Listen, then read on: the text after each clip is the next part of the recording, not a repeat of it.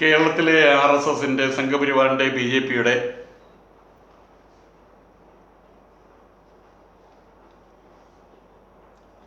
ഈ പ്രാവശ്യമുണ്ടായ തദ്ദേശ സ്വയംഭരണ സ്ഥാപനങ്ങളിലേക്കുള്ള റിസൾട്ട് വന്നു.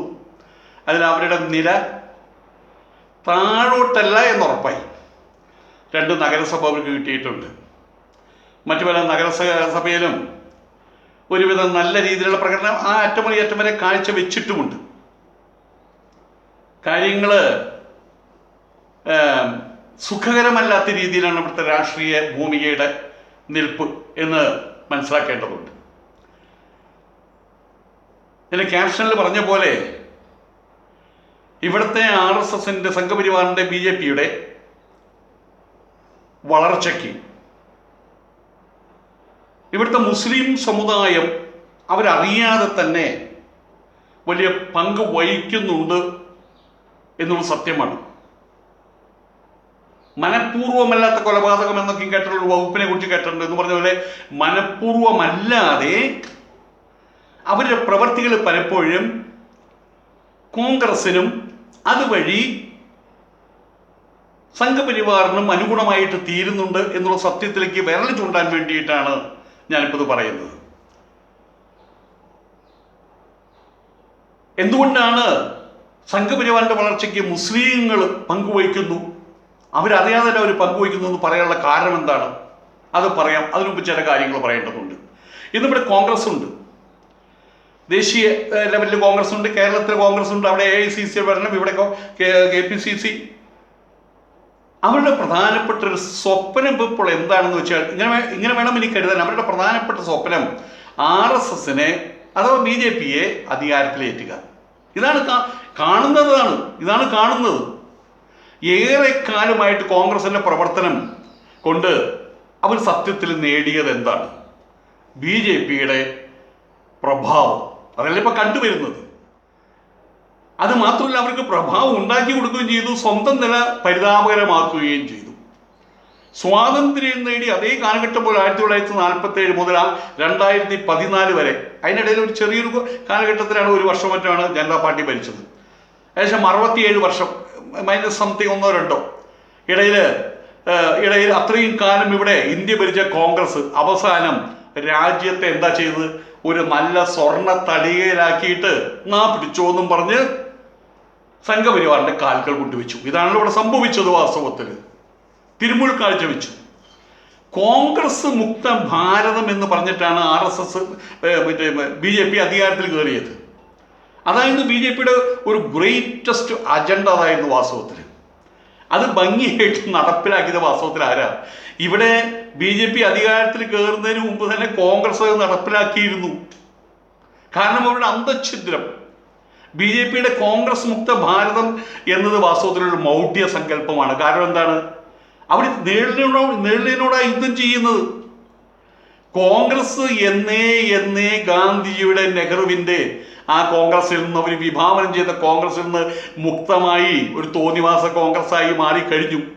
ഗാന്ധി, നെഹ്റു, ശാസ്ത്രി, അതുപോലെ ആനി ബെസന്റ്, അങ്ങനെ ഒരുപാട് ആൾക്കാരുണ്ട്. അവരൊക്കെ വിഭാവനം ചെയ്ത കോൺഗ്രസ് മണ്ണടിഞ്ഞിട്ടാണ് BJP വന്നത്. എന്നിട്ടാണ് BJP പറഞ്ഞത് ഞങ്ങൾ കോൺഗ്രസ് മുക്ത ഭാരതം. അത് തന്നെ കോൺഗ്രസ് മുക്ത ഭാരതമായി കഴിഞ്ഞു. ഇവർ വരുന്നതിന് മുമ്പ് തന്നെ കോൺഗ്രസ് സത്യം പറഞ്ഞാൽ ശരിയായിട്ടുള്ള കോൺഗ്രസിന്റെ പ്രേതമായി കഴിഞ്ഞിരുന്നു. ഏതായാലും അത് പോട്ടെ. ദേശീയ രാഷ്ട്രത്തിൽ കോൺഗ്രസ് പലയിടത്തും ഉണ്ട്. അതൊക്കെ ഇന്ന് സത്യം പറഞ്ഞു കഴിഞ്ഞാൽ അവനവൻ കോൺഗ്രസ്സാണ്. അതിനൊരു തലതൊട്ടപ്പനൊരു ഫെഡറൽ സംവിധാനമില്ല. അതിനെ നിയന്ത്രിക്കാൻ അപ്പുറത്ത് മറ്റൊരു വലിയ സംഘം അതില്ല. ഉണ്ട്. AICC എന്ന് പറയും. പണ്ട് സുകുമാർ അഴീക്കോട് പറഞ്ഞ പോലെ ഹൈക്കമാൻഡ്. ഈ ഹൈക്കമാൻഡ് എന്ന് പറഞ്ഞ സുകുമാർ അഴീക്കോട് പറഞ്ഞാൽ അത് ബ്രഹ്മതത്വം പോലെയാ. ഉണ്ടോ എന്ന് ചോദിച്ചാൽ ഉണ്ട്. എന്നാൽ കാണിച്ചു തരാൻ പറ്റില്ല, ഇല്ലാച്ചാൽ ഇല്ല എന്ന് പറഞ്ഞ പരബ്രഹ്മം പോലെയാണ് ഈ AICC എന്ന് പറയും. അവരോട് ഇപ്പോൾ ചോദിക്കാൻ ആരാ നിങ്ങളുടെ നേതാവ്? അവർ ചോദിച്ചാൽ അവരെന്താ പറയാ? അവർക്ക് ഉത്തരവില്ല. ആരാവോ? ഇപ്പൊ പറഞ്ഞ വർക്കിംഗ് പ്രസിഡന്റ് KC വേണുഗോപാൽ. ആരാണ് ഈ KC വേണുഗോപാൽ? ഇവര് ബാക്ക് സീറ്റിൽ ഇരുന്നിട്ട്, മുതലാളിമാർ കണ്ടിട്ടില്ലേ, ബാക്ക് സീറ്റിൽ ഇരുന്നിട്ട്, വലിയ കാറിന്റെ ബാക്ക് സീറ്റിൽ ഇരുന്ന് അവർ ഐസ്ക്രീം തിന്നും, അവർ ഫോൺ വിളിക്കും, അവരവിടെ തമാശകൾ പറയും, അവരുടെ സ്നാക്സുകൾ പങ്കുവയ്ക്കും. മുമ്പിലെടുത്തുകൊണ്ടിരുന്ന് ഓടിക്കുന്നുണ്ടായിരിക്കും. അവൻ്റെ ഡ്യൂട്ടി എന്താ? പോകുന്നവിടെ ഇടത്തോട്ട് തിരിയട, അവ ഇടത്തോട്ട് തിരിച്ചു, വലത്തോട്ട് തിരിയട, അവ വലത്തോട്ട് തിരിച്ചു, അവിടെ നിർത്തട, അവിടെ നിർത്തി. ആണ് ബാക്ക് സീറ്റ് ഡ്രൈവിംഗ് എന്ന് പറയുന്നത്. യഥാർത്ഥത്തിൽ ഡ്രൈവ് ചെയ്യുന്നവരാ പുറകിലിരിക്കുന്ന ആൾക്കാർ. ഇവനൊരു യന്ത്ര മനുഷ്യൻ. അതല്ലേ KC വേണുഗോപാലിനെ ആക്കാൻ, KC വേണുഗോപാലിനെ ആക്കാൻ അങ്ങനെ കുറെ ആൾക്കാരെ ആക്കിയിട്ടുണ്ട് അവിടെ. പക്ഷേ പുറകിലിരിക്കുന്നവര് അത് നമുക്ക് എല്ലാവർക്കും അറിയാം, ഉത്തരേന്ത്യൻ മുതലാളിമാർ തന്നെ. അതിൻ്റെ മേലെ കോൺഗ്രസ് മറ്റേതുകൊണ്ട് നെഹ്റു ഫാമിലി തന്നെ. അതുകൊണ്ട് എന്താ നിങ്ങളുടെ പരിപാടി എന്ന് വെച്ചാൽ അവർക്ക് യാതൊരു ആൻസറും ഇല്ല. എന്ത് പരിപാടി? ഒരു പരിപാടിയില്ല. അധികാരം കിട്ടി കഴിഞ്ഞാൽ ഉണ്ടമണി അവിടെ ഇരിക്കും എന്നർത്ഥം, ചവച്ചിറക്കി അവിടെ ഇരിക്കും. ഇത് തന്നെയാണ് കേരളത്തിൻ്റെയും അവസ്ഥ. കേരളത്തിൻ്റെ കോൺഗ്രസ്സിന് കഴിഞ്ഞ പ്രാവശ്യം കേരളത്തിൻ്റെ കോൺഗ്രസിൻ്റെ പേരെന്തായിരുന്നു? കേരളത്തിലെ കോൺഗ്രസ് കേരള പ്രദേശ് കോൺഗ്രസ് എന്നായില്ല, സരിതാ കോൺഗ്രസ് എന്നായിരുന്നു പേര്. അവരങ്ങനെ സ്വയം ഭരിച്ചു വെച്ചതാണ് ആ പേര്. സ്വയം കൃതാനർത്ഥം. അവർ സ്വയം ഭരിച്ചു വെച്ചതാണ്. ഇന്ന് കോൺഗ്രസിന്റെ ചരിത്രം എഴുതുന്ന സമയത്ത് 10 അധ്യായം 2 അധ്യായം സരിതയെക്കുറിച്ച് എഴുതണം. കോൺഗ്രസ് എന്ന് പറയുമ്പോൾ തന്നെ സരിതയുടെ സുന്ദരമുഖല്ലേ പുറത്തേക്ക് വരുന്നത്. ഇപ്പോൾ അവരുടെ സ്വപ്നത്തിൽ ഒരാൾ മാത്രമേ ഉള്ളൂ. ആരാ? സ്വപ്ന. ഭാഗ്യം, സരിത വിട്ടപ്പോൾ സ്വപ്നയെ കിട്ടി. ഇപ്പൊ സ്വപ്നയും വെച്ചുകൊണ്ട് സ്വപ്നയുടെ നമ്മുടെ ഈ ഭൂമിയിൽ അവതരിച്ച സമയം മുതൽ അവരെ നിയന്ത്രിച്ചിരുന്നു, അവരെ കൊണ്ട് കാര്യങ്ങൾ നടത്തിച്ചിരുന്നു. മുഴുവൻ പിണറായിയാണെന്ന് പാട്ട് പാടിയിട്ട് എന്ത് ഗുണമുണ്ടായി വാസ്തവത്തിൽ? എന്ത് ഗുണം അവർക്കുണ്ടായത്?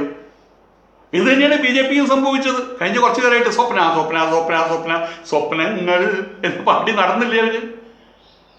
പരിണിതപ്രജ്ഞനായിട്ടുള്ള അദ്ദേഹം രാജഗോപാൽ അവരൊക്കെ രാജേട്ടൻ എന്ന് വിളിക്കും. പ്രതിപക്ഷ നേതാക്കളും രാജേട്ടൻ എന്ന് വിളിക്കും. പിണറായി സഖാവ് ഒരു രാജേട്ടൻ എന്നാ വിളിക്കുക. മാന്യനാണ് അദ്ദേഹം.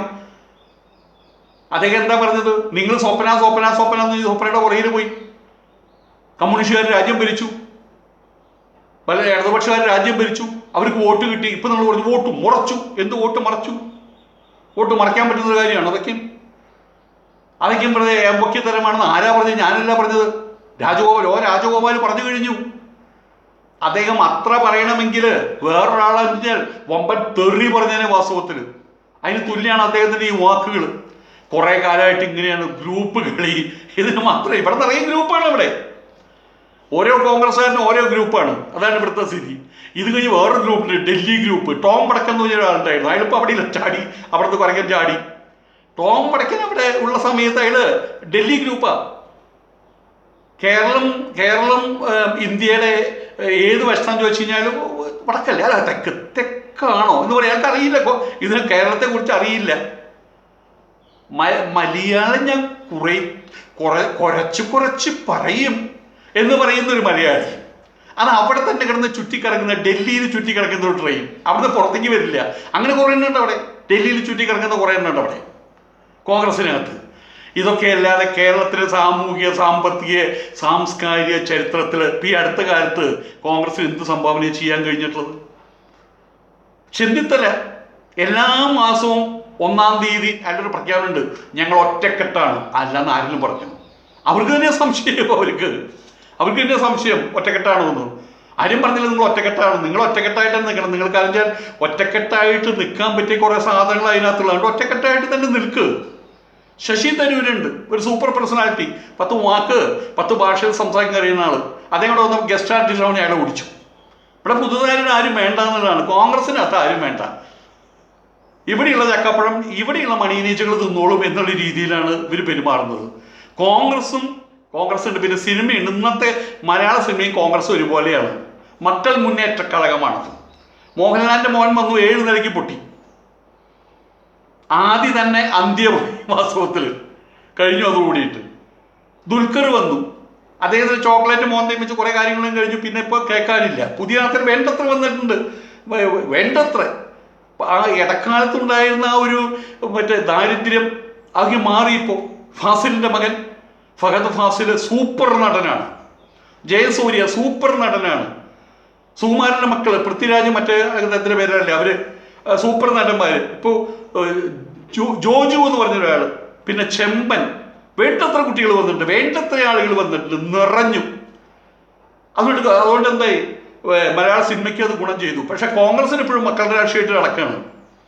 ഈ കേരളത്തിലെ കോൺഗ്രസിനോട് ചോദിക്കാൻ എന്താ പരിപാടി? ആരാ നിങ്ങളുടെ നേതാവ്? എന്താ പരിപാടി? പരിപാടി അധികാരം കിട്ടിക്കഴിഞ്ഞാൽ അതും വിഴുങ്ങിക്കൊണ്ട് അവിടെ ഇരിക്കും, അത്ര തന്നെ. അധികാരം കിട്ടിയാൽ ഭരിക്കും ഞങ്ങൾ, മുട്ടിക്കും ഞങ്ങൾ, പൊക്കും ഞങ്ങൾ, നക്കും ഞങ്ങൾ, കക്കും ഞങ്ങൾ, വേണ്ടി വന്നാൽ പിടിപിടി നടത്തും, ചൊറിയും ഞങ്ങൾ, മാന്തും ഞങ്ങൾ. അധികാരം കിട്ടി കഴിഞ്ഞാൽ ഗ്രൂപ്പ് ഒന്നല്ലോ, ചൊറിയിലും മാന്തലും കാര്യങ്ങളൊക്കെ ആയല്ലോ. ആരാ നേതാവ്? നേതാവ് അത് ഞാൻ തന്നെയാണ്. ഓരോ കോൺഗ്രസ്സുകാരനും നേതാവ്. അപ്പോൾ ഓരോ കോൺഗ്രസ്സുകാരനും നേതാവാണ്. ആരാ കോൺഗ്രസിന്റെ നേതാവ്? അത് ഞാൻ തന്നെയാണ്. അതിപ്പോൾ എന്താ സംശയം എന്ന് ചോദിക്കുന്നുണ്ട്? അത് ഞാൻ തന്നെ. ഇതാണ് ഇവിടുത്തെ സ്ഥിതി. അവർക്ക് ഒന്നിനോടും താല്പര്യമില്ല. കേരളത്തിനോടും കേരളത്തിൽ സാമൂഹികമായിട്ടുള്ള കാര്യങ്ങളോടും അവർക്ക് താല്പര്യമില്ല. പെൻഷൻ പറ്റിയല്ലോ, പിന്നെ താല്പര്യമൊക്കെ ഇല്ലാണ്ടാവുമല്ലോ. പെൻഷൻ പറ്റി കഴിഞ്ഞാൽ താല്പര്യം ഇല്ലാണ്ടാവുമല്ലോ. ആലസ്യമാണ്, കുഴിമടി തന്നെ.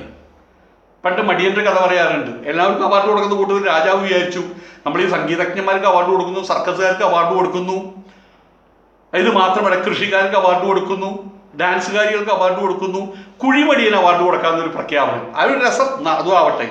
അങ്ങനെ അപേക്ഷകൾ വന്നു. ഒരു ഗ്രാമത്തിൽ നിന്ന് ഞങ്ങളുടെ ഒരു കുഴിമടിയനുണ്ട്, എന്താ അയാളെ പുള്ളിങ്ങനെ കെടുക്കുള്ളൂ, ആഹാരം പോലും കഴിക്കാൻ ഇഷ്ടമല്ല, വല്ലതും കൊണ്ട് കൊടുത്താൽ അയാൾ കഴിക്കുന്നു മാത്രം. അങ്ങനെ ഒരാളുണ്ടോ? അങ്ങനെ ഒരാളുണ്ട്. എന്തായാലും വല്ല കാട്ടുതീ വല്ലാണ്ട് അയാൾ ഇങ്ങനെ മാറിക്കിടക്കും. ഇതികൂടെ പൊക്കട്ടെ കാട്ടുതീന്ന്. കാട്ടുതീ അയാളുടെ അടുത്തേക്ക് വരില്ല, പേടിയാണ് അയാളെ എന്ന രീതിയാണ്. വെള്ളപ്പൊക്കം വന്നാലേ അയാളോട് കെടുക്കുകയുള്ളൂ. എന്നാൽ ശരി, അയാളെ പോയി കാണാം. അങ്ങനെ അയാളെ ക്ഷണിച്ചു, കൊട്ടാരത്തിലേക്ക് ക്ഷണിച്ചു. അയാൾക്കൊരു മൃഷ്ടാന്റെ ഭോജനം കൊടുക്കാം. എന്നിട്ട് അയാൾക്ക് രാജാവിൻ്റെ ഒപ്പം എന്നിട്ടൊരു വീരശൃംഖലയും കൊടുക്കാം, ലോകത്തിലെ ഏറ്റവും വലിയ കുഴിമടിയൻ എന്നും പറഞ്ഞിട്ട്. അങ്ങനെ മന്ത്രി ആളെ വിട്ടു അയാൾ പറയാം, എനിക്ക് അങ്ങോട്ട് വരാണ്, അല്ല മൃഷ്ടാന്റെ ഭോജനമുണ്ട്, ഇത് നിങ്ങൾ കൊണ്ടുപോകുന്നു. അയാളെ പറയാൻ തന്നെ ഇഷ്ടത്തിലായിട്ട്. ഇപ്പം രാജാവ് പറഞ്ഞു, അത് ശരിയാണ്, കുഴിമടിയനെങ്കിലും ക്ഷണിക്കുന്ന അർത്ഥമല്ലോ, നമുക്ക് വിട്ടിത്തെ പറ്റിയതാ. അങ്ങനെ പരിവാരങ്ങളുമായിട്ട് കുഴിമടിയൻ്റെ അടുത്ത് പോയി.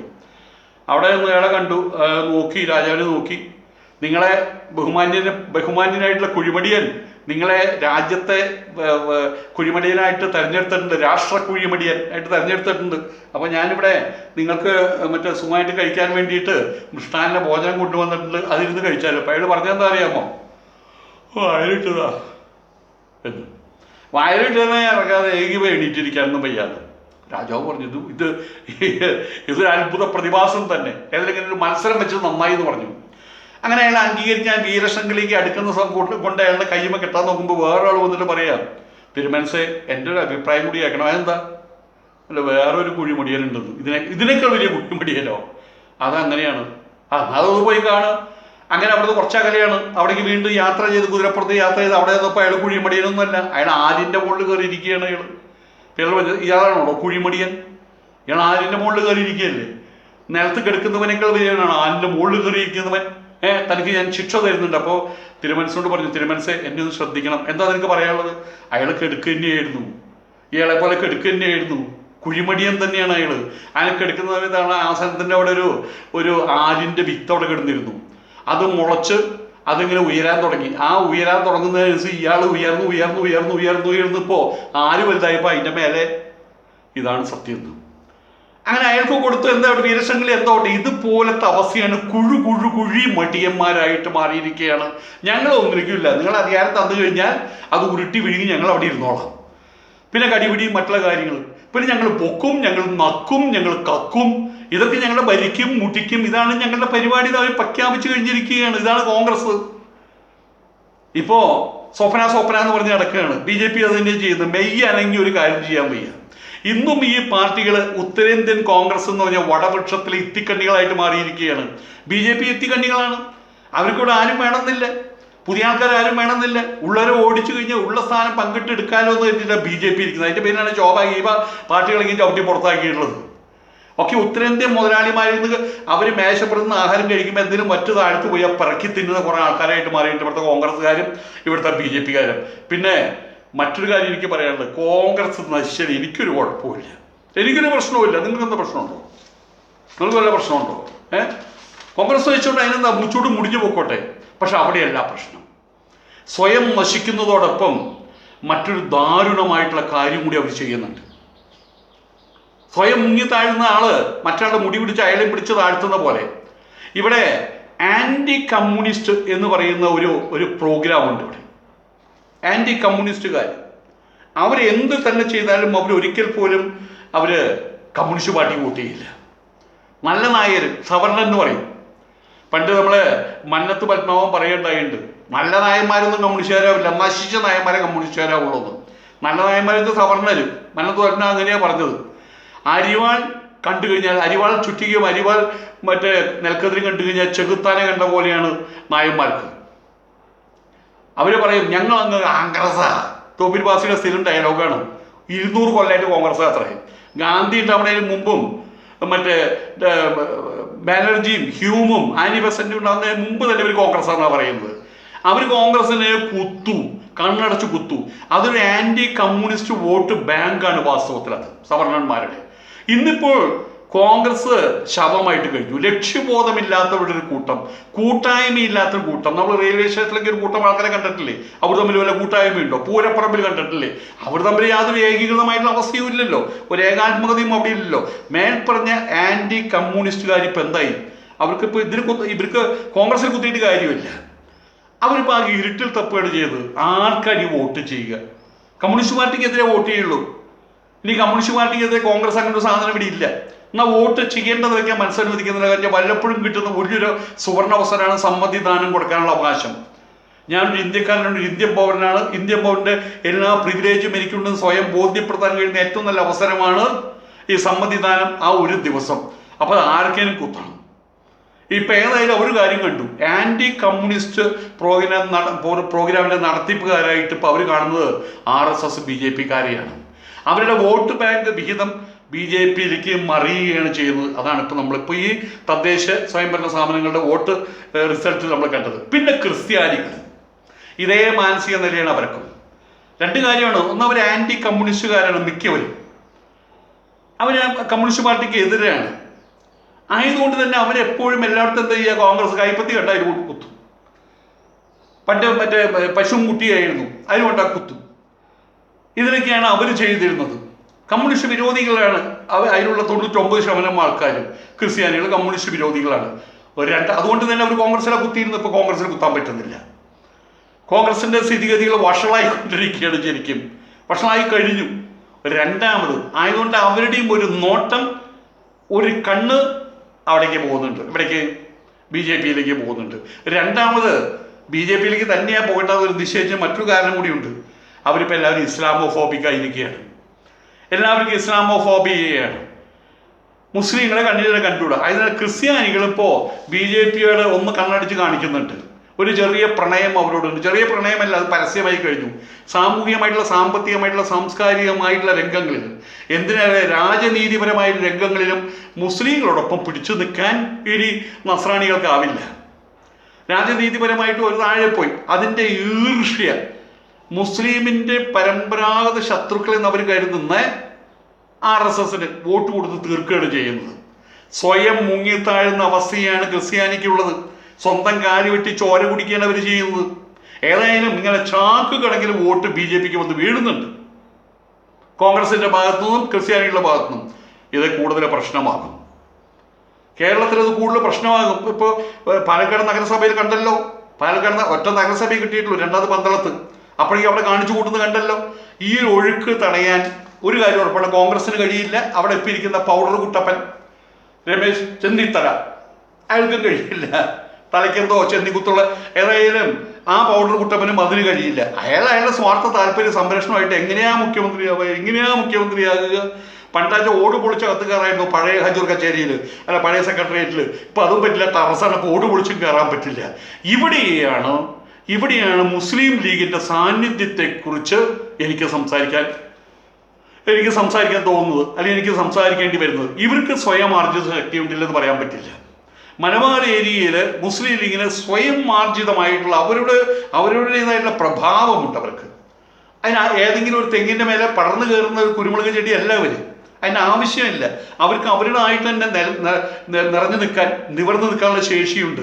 ഇന്നിപ്പം മുസ്ലിം ലീഗിൻ്റെ സത്യം പറഞ്ഞു കഴിഞ്ഞാൽ മൈക്രോസ്കോപ്പ് വെച്ചിട്ട് സൂക്ഷ്മ പരിശോധന നടത്തി കഴിഞ്ഞൊരു കാര്യം മനസ്സിലാക്കാൻ പറ്റുന്നു. ഇപ്പം മുസ്ലിം ലീഗിൻ്റെ ശക്തിയാണ് കോൺഗ്രസിൻ്റെ ശക്തി. മുസ്ലിം ലീഗ് എന്ന നട്ടല്ലുമ്മ വാർത്തെടുത്തിട്ടുള്ള അടി പെരും തൂണെന്ന് പറയും, ഏറ്റവും വലിയ ബീം. അതുമല്ലാണ് ഈ ബിൽഡിംഗ് നിൽക്കുന്നത്, UDF എന്നുള്ള ബിൽഡിംഗ് നിൽക്കുന്നുള്ള സത്യം. Congress without League Congress without League big zero ആയിരിക്കും എന്ന് സാരം.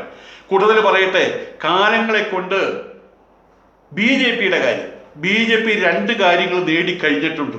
ഇത് ഇവിടെ ലീഗുകാർ മനസ്സിലാക്കേണ്ടതുണ്ട്. മുസ്ലിം ലീഗ് വെച്ചാൽ മുസ്ലിങ്ങളുടെ ആണല്ലോ, ഏകദേശം അങ്ങനെയാണല്ലോ, ഔദ്യോഗികമായിട്ടല്ലെങ്കിൽ പോലും അവരാണല്ലോ കൂടുതൽ. അവർ രണ്ട് കാര്യങ്ങൾ മനസ്സിലാക്കേണ്ടതുണ്ട്. ബി ജെ പി കഴിഞ്ഞ കുറേ കാലമായിട്ട് ഊളത്തരങ്ങൾ കാണിച്ചിട്ടാണെങ്കിലും ഒരു കാര്യം ജനങ്ങളെ ബോധ്യപ്പെടുത്തിയിട്ടുണ്ട്. ഒരു ഒരു ഒരു ഒരു മൃദുല ഹിന്ദുത്വഭാവമുള്ള ഹിന്ദുക്കളെയും അവർ ബോധിപ്പിച്ചിട്ടുണ്ട്. എന്താണ്, ഒന്ന് ഊക്കോടെ തള്ളിക്കഴിഞ്ഞാൽ കടന്നുകൂടുന്ന പാർട്ടിയാണ് എന്ന് നാട്ടുകാരെ അവർ ബോധ്യപ്പെടുത്തിയിട്ടുണ്ട്. രണ്ട്, സാധാരണ ഹിന്ദുക്കൾ, ഇങ്ങനെയുള്ള ഹിന്ദുത്വവാദവും കാവി കലാപത്തിനോട് ശ്രദ്ധയില്ലാത്ത സാധാരണ ഹിന്ദുക്കളിൽ ഒരു മൃദുല ഹിന്ദുത്വഭാവം ഉണ്ടാക്കിയിട്ടുണ്ട്. ഹിന്ദുത്വവാദികളോട് ഒരു മൃദുലത, ഒരു സോഫ്റ്റ് കോർണർ ഓഫ് മൈൻഡ് അവരുണ്ടാക്കി വെച്ചിട്ടുണ്ട്. ഇത് കമ്മ്യൂണിസ്റ്റുകാർ മനസ്സിലാക്കിയിട്ടുണ്ട്. കോൺഗ്രസ്സുകാർ ഒന്നും മനസ്സിലാക്കില്ല. അവർ നിഷ്കണ്ടകന്മാരാണ്, അവരങ്ങനെയാണ്. പക്ഷെ ലീഗിന് എന്ത് പറ്റി എന്നുള്ളതാണ്, മുസ്ലിം ലീഗിന് എന്ത് പറ്റി എന്നുള്ളതാണ്. അവരിന്നും നിർഗുണ പരബ്രഹ്മമായിരിക്കുന്ന UDF തന്നെ ഇരുന്ന് തൂങ്ങുന്നത് എന്തിനാണെന്ന് മനസ്സിലാവുന്നില്ല. ഈ UDF എന്ന് പ്രാണനൊഴിഞ്ഞ ഒരു, ശരിക്കും പറയാന്ന് വെച്ചാൽ ഒരു ഒരു ഒരു ഒരു ജീവനാണ് വാസ്തവത്തിൽ, അഥവാ പ്രാണൻ വിട്ട ചത്ത കുതിരയാണ് വാസ്തവത്തിൽ ഈ UDF. അതിലെന്തിനാ അവർ കെട്ടി തൂങ്ങി നടക്കുന്നതെന്ന് അറിയില്ല. പണ്ട് ചില കുട്ടികളുണ്ട്, അമ്മ മരിച്ചതെന്ന് അറിയാതെ അമ്മയുടെ ശവം കെട്ടിപ്പിടിച്ച് കൊടുക്കുന്ന പറയുന്നത്. അവർക്ക് അറിയില്ല. അങ്ങനെ പല കഥകളും നമ്മൾ കേട്ടിട്ടുണ്ട്. ഇങ്ങനെ ഈ കോൺഗ്രസ് ശവത്തെയും കെട്ടിപ്പിടിച്ച് UDF എന്ന് പറയുന്ന ആ കട്ടിലും എന്തിനാ ഈ ലീഗ് കെട്ടിപ്പിടിച്ച് കിടക്കുന്നതെന്ന് അറിയില്ല. ഈ കോൺഗ്രസുമായി ചേർന്നിട്ടുള്ള ലീഗിന്റെ ബിസിനസ്സിൽ നഷ്ടം സംഭവിക്കുന്ന കോൺഗ്രസിനല്ല, നഷ്ടം സംഭവിക്കുന്ന ലീഗിനാണ്. ലാഭം കിട്ടാൻ പോകുന്ന ഇവർക്കാണ്. ലാഭം കിട്ടാൻ പോകുന്ന BJPക്കും. ഇവിടെ UDF വോട്ട് ബാങ്ക് ചോർച്ച വഴി ലാഭം കിട്ടാൻ പോകുന്നത് BJPക്കാണ് വാസ്തവത്തിൽ. വിവിധ മുസ്ലിം സംഘടനകളുണ്ട്, ചെറുതും വലുതായിട്ടുള്ള മുസ്ലിം സംഘടനകളുണ്ട്. പക്ഷെ ഇന്നും എണ്ണം കൊണ്ടും വണ്ണം കൊണ്ടും ലീഗ് തന്നെയാണ് പ്രബലം. അതിന് യാതൊരു സംശയവുമില്ല. അവരൊരു കാര്യം മനസ്സിലാക്കേണ്ടതുണ്ട്, UDF എന്ന് തീ പിടിച്ച കപ്പലാണ്. അതിൽ തുടർന്നു കഴിഞ്ഞാൽ ശ്വാസം നിലച്ച മറ്റുള്ള ഘടകകക്ഷികൾക്കൊന്നും നഷ്ടമില്ല. അത് കഴിഞ്ഞു, അതിൻ്റെ ഗതി കഴിഞ്ഞു. മുങ്ങിയാലെന്താ പൊങ്ങിയാലെന്താ. പക്ഷെ മുസ്ലിം ലീഗിന്റെ സ്ഥിതി അതല്ല. അതുകൊണ്ട് അവർക്കത് വലിയ നഷ്ടം സംഭവിക്കുന്ന അവസ്ഥ വരുത്തി വയ്ക്കും. ഇതെവിടെ ഇതിൻ്റെ എല്ലാത്തിൻ്റെയും ആകെ മൊത്തം ടോട്ടലായിട്ടുള്ള ഗുണം കിട്ടാൻ പോകുന്നത് BJPക്കാണ്. RSS BJPയുടെ കേരളത്തിലെ വളർച്ചയ്ക്ക് ഈ വിധം മുമ്പ് പറഞ്ഞ പോലെ മനഃപൂർവ്വമല്ലാത്ത കൊലപാതകം എന്ന് പറഞ്ഞൊരു വകുപ്പുണ്ടല്ലോ. മനഃപൂർവ്വമല്ലാത്ത കൊലപാതകത്തിന് ഉത്തരവാദികൾ എന്ന് പറയുന്ന പോലെ RSS BJPയുടെ കേരളത്തിലെ വളർച്ചയ്ക്ക് ഈ പറഞ്ഞ വിധത്തിൽ ലീഗ് ഉത്തരവാദികളായിരിക്കാനാണ് സാധ്യത. ഉത്തരവാദികളായിരിക്കും. അൾട്ടിമേറ്റ്ലി ആത്യന്തികമായിട്ട് സംഘപരിവാറിന്റെ RSSന്റെ കേരളത്തിലെ വളർച്ചയ്ക്ക് ലീഗ് ഉത്തരവാദികളായിരിക്കും സാരം. അത് ആ ലീഗ് ഉത്തരവാദികൾ, ലീഗ് മുഖാന്തരം എന്തായി മാറുന്നു, മുസ്ലിം ലീഗ് ഉത്തരവാദികളായിട്ട് മാറുന്നു സാരം. നമ്മുടെ കാര്യം മനസ്സിലാക്കേണ്ടതുണ്ട്. ഇവിടെ ഇലക്ഷൻ അടുത്ത് കഴിഞ്ഞു, ഇനി സമയമില്ല, ആലോചിക്കാൻ സമയമില്ല. ഈ പോക്ക് പോയി കഴിഞ്ഞാൽ ഒരു പക്ഷേ RSS കേരളത്തിൻ്റെ പുറംതിണ്ണയിലെങ്കിലും ഇരിപ്പുറപ്പിക്കും, BJP ഇരിപ്പുറപ്പിക്കും. ആയതുകൊണ്ട് ഒന്നേ പറയാനുള്ളൂ, UDF എന്ന സംവിധാനത്തിന് വലിയ പ്രസക്തിയൊന്നുമില്ല. അതുകൊണ്ട് മുസ്ലിം ലീഗ് ഇരുന്ന് ചിന്തിക്കണം. അപകടത്തിനുള്ള സാധ്യത അവർ കൃത്യമായിട്ട് കണ്ടറിയണം. അതിനെ ഉല്ലംഘിച്ചുകൊണ്ടുള്ള പ്രവർത്തനം ഏത് വിധത്തിലായിരിക്കണം എന്നുള്ളതിനെ കുറിച്ച് ഒരു തീരുമാനം അവരെടുത്തേ മതിയാവുള്ളൂ. അല്ലെങ്കിൽ വരാൻ പോകുന്ന വലിയ ദുരന്തത്തിന്റെ പ്രധാന ഉത്തരവാദികൾ ഇവിടുത്തെ മുസ്ലിം ലീഗായിരിക്കും. ആ മുസ്ലിം ലീഗ് എന്ന് പറയുന്ന സംഘടനയിലൂടെ ഇവിടുത്തെ മുസ്ലിങ്ങളായിരിക്കും അതിനുള്ള ഉത്തരവാദികൾ, യാതൊരു സംശയമില്ല. ഒന്നേ പറയാനുള്ളൂ, സൂക്ഷിച്ചാൽ ദുഃഖിക്കേണ്ട, അത്രമാത്രം.